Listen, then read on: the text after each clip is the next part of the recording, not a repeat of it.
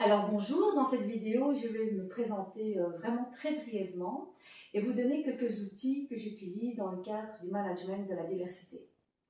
Un mot sur ma carrière donc. J'ai débuté en tant qu'agent de changement. Donc à l'époque, j'étais assistante sociale, j'ai fait des sciences humaines appliquées et j'ai travaillé dans le cadre d'un projet tout nouveau, en fait, c'était l'intergénérationnel.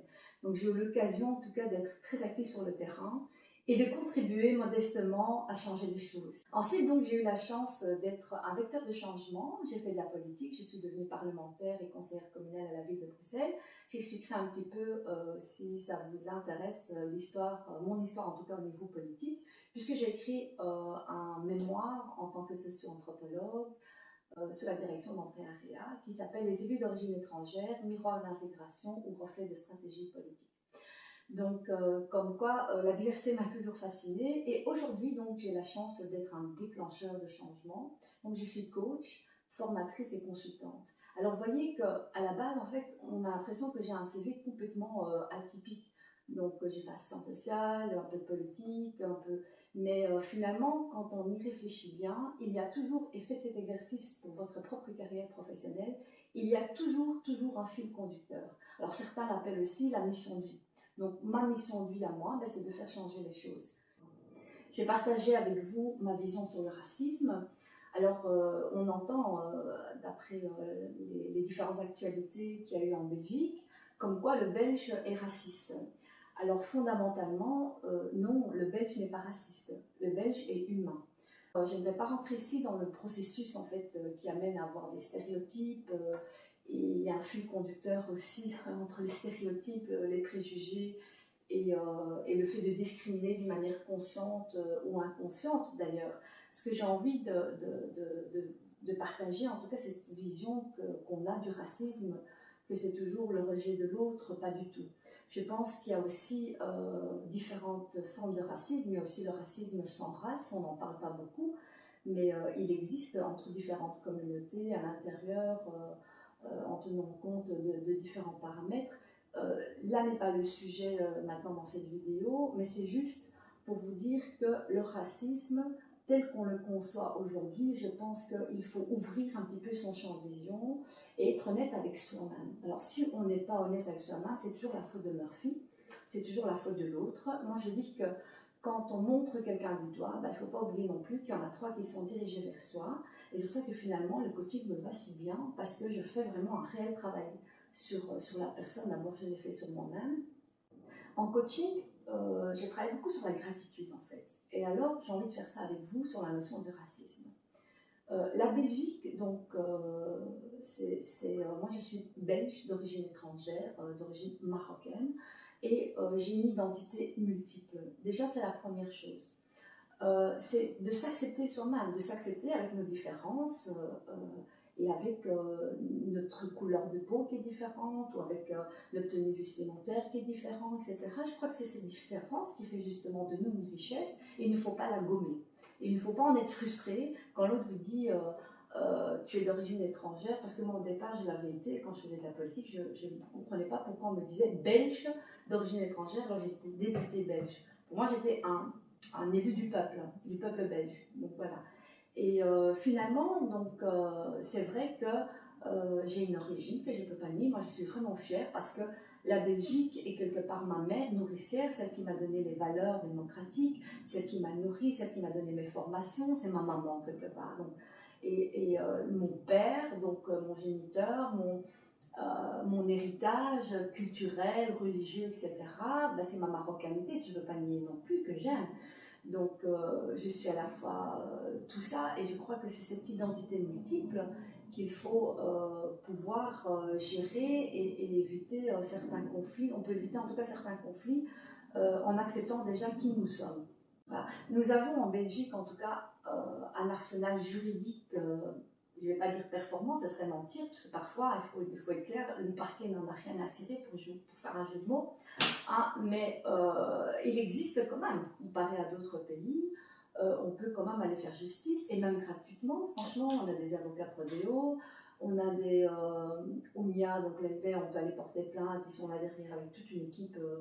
Voilà, il y a plein d'associations qui luttent quotidiennement gratitude aussi envers ces associations-là. On parle toujours des mêmes, mais il y a plein de petites ASBL, comme la MEL, la Magie des Cultures, qui quotidiennement luttent contre les discriminations et favorisent en tout cas la diversité. On va commencer par là. Il y a Actiris qui fait un travail remarquable, notamment je tire mon chapeau à M. Chapelle qui fait un excellent travail pour la lutte contre les discriminations, pour tous les travailleurs d'ailleurs qui cherchent un emploi.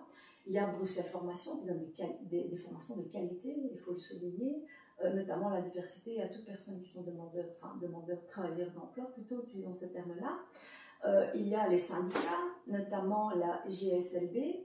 La GSLB, pourquoi je connais bien leur projet Coach Me, parce que j'ai eu l'occasion en tout cas d'être leur formateur, ou leur formatrice, si vous préférez.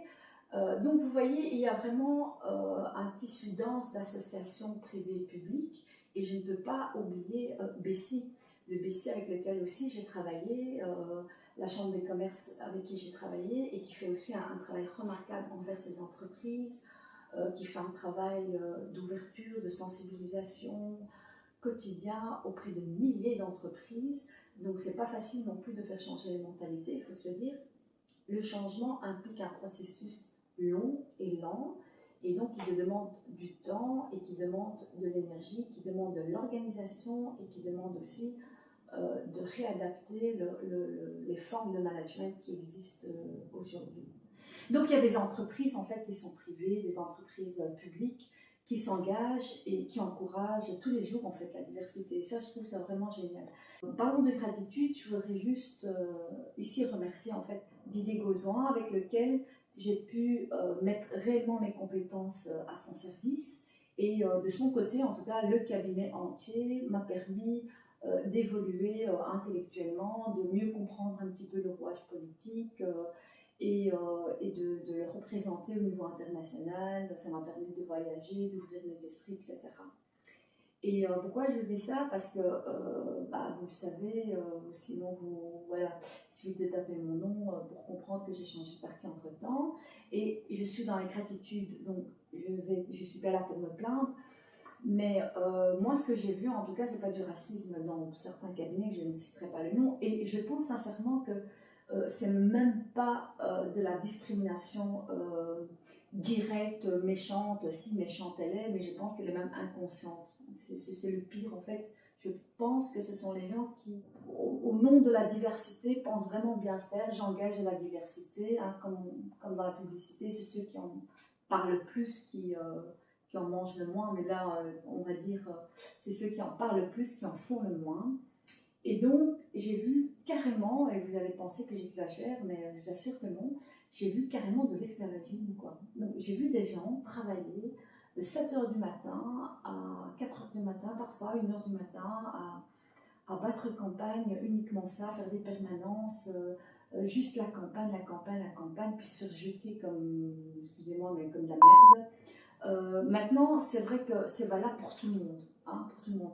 Mais dans le monde politique, c'est quand même, enfin dans certains cabinets en tout cas, c'est alarmant. Je vous assure, c'est alarmant. Et les entreprises privées n'oseront jamais faire une chose pareille, hein, parce que le monde politique donne des conseils, mais franchement, ils feront mieux quand même de regarder un petit peu chez eux. Voilà. Là, je me suis un petit peu lâchée, bien qu'on parle de gratitude, puisque il ne faut pas avoir de regrets dans la vie, parce qu'à un moment donné, je me suis dit, je me suis trompée, j'ai eu des regrets, j'ai perdu mon chemin, finalement, ben non. Sachez que, comme moi, si vous êtes un jour trompé dans votre vie, si vous pensez avoir fait des erreurs, ce ne sont pas des erreurs en fait. On se perd quelque part pour mieux se retrouver. Les erreurs qu'on fait, ben, ce sont tout simplement des apprentissages. C'est les apprentissages de la vie. Et le coach que je suis aujourd'hui, vous dirait, mais qu'est-ce qu'on fait de ces faiblesses finalement? Qu'est-ce qu'on fait avec? Ben, on en fait une force. Et je reviens à l'histoire de racisme. Comment est-ce qu'on bascule dans le racisme? Malheureusement, on bascule dans le racisme comme on bascule dans la violence finalement. L'humain est quelque chose de complexe, et je vais vous donner 4 points en fait pour éviter en tout cas de tomber dans le racisme, ou tomber encore même dans la violence, parce que je pense que c'est un processus qui est pareil, mais je ne vais pas en parler ici. Donc 4 points. Le premier point, c'est intellectuel. Alors, qu'est-ce que j'entends par intellectuel? C'est tout ce que vous pouvez faire pour vous améliorer, que ce soit au niveau des formations, que ce soit au niveau de certaines lectures, que ce soit au niveau de votre propre développement personnel, que ce soit au niveau de l'intelligence du cœur, apprendre à pardonner, à être dans le pardon, à être dans la bienveillance. On parle beaucoup de vivre avec l'autre, respecter l'autre, on parle de respect, mais c'est quelque chose qui se travaille au quotidien avec tout le monde d'ailleurs, origine étrangère ou pas. Si vous en avez l'occasion, faites des voyages, ça ouvre aussi l'esprit. Donc l'intellectuel n'est pas uniquement le savoir et la connaissance, mais c'est aussi toutes les rencontres qu'on peut faire. Donc ça, c'est la première chose qui me semble importante. La deuxième chose, c'est la gestion de ces émotions. Comment faire ensemble, parce que les émotions, on en a tous. Hein. On peut être dans la colère, dans la peur. Donc voilà, il y a parfois des employeurs qui ont peur, en fait. Ils ont peur de leur clientèle, peur de beaucoup de choses. Donc il faut vraiment travailler sur les émotions. Je pense que c'est important de ne pas les balayer. Bon, à côté de ça, je vous dis, hein, il y a l'arsenal juridique qui est bien foutu, etc. Donc portez plainte si vous le souhaitez. Mais à côté de ça, je pense que ça ne va pas faciliter la vie par la suite. C'est-à-dire qu'avant de s'attaquer à l'arsenal juridique, essayons de trouver un compromis. Hein, c'est bien un compromis à la belge, de se dire mais qu'est-ce qui n'a pas marché et comment et pourquoi en tout cas ce genre de décision parfois se prend dans des entreprises et comment améliorer. Et sincèrement, il y a beaucoup d'entreprises qui se remettent en question et qui font un travail remarquable, d'autant plus que je le rappelle quand même que dans le privé, on vous engage pour les compétences. Et si tout le monde pouvait faire ça, ce serait vraiment génial. Donc de gérer ses émotions, de se dire voilà, ce sont des humains, on les engage pour leurs compétences, pour qu'est-ce qu'ils peuvent nous apporter et dans leur diversité aussi.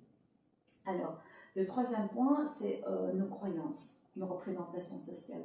Finalement, c'est se poser la question, mais quelle est la paire de lunettes que je porte là maintenant, en ce moment, quand je regarde quelque chose, ou quand je suis confrontée à une discrimination, à un racisme, ou à une émotion très forte où j'ai envie de discriminer, je me dis, mais quel est le regard que je porte?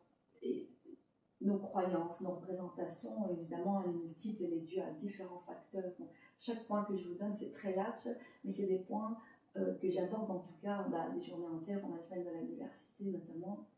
Et le quatrième point, ce sont nos expériences et les associations d'idées. Alors, les associations d'idées, c'est par rapport à notre cerveau, comment il fonctionne. Je ne vais pas rentrer dans les détails non plus, mais juste tenir compte qu'il y a nos expériences, quand elles se reproduisent, et bien à un moment donné, on n'est plus dans les stéréotypes. On est directement dans les préjugés, parce qu'on sait, parce qu'on a connu, on croit connaître en tout cas, et on a vécu, donc on pense que c'est notre réalité, et alors c'est de se questionner qu'est-ce que la réalité, qu'est-ce que je vois, comment parfois notre cerveau peut voir des choses, ou avec la même image, on peut voir des choses complètement différentes. Voilà, c'est tous des exercices comme ça, pratiques. Ce sont 4 points qui me paraissent essentiels, importants en tout cas par rapport à la lutte contre le racisme, où chacun finalement peut travailler sur soi-même. Donc voilà, soyons dans la gratitude, soyons dans le remerciement, et moi je vous dis à bientôt, et en attendant, n'hésitez pas à partager la vidéo et à liker. À bientôt.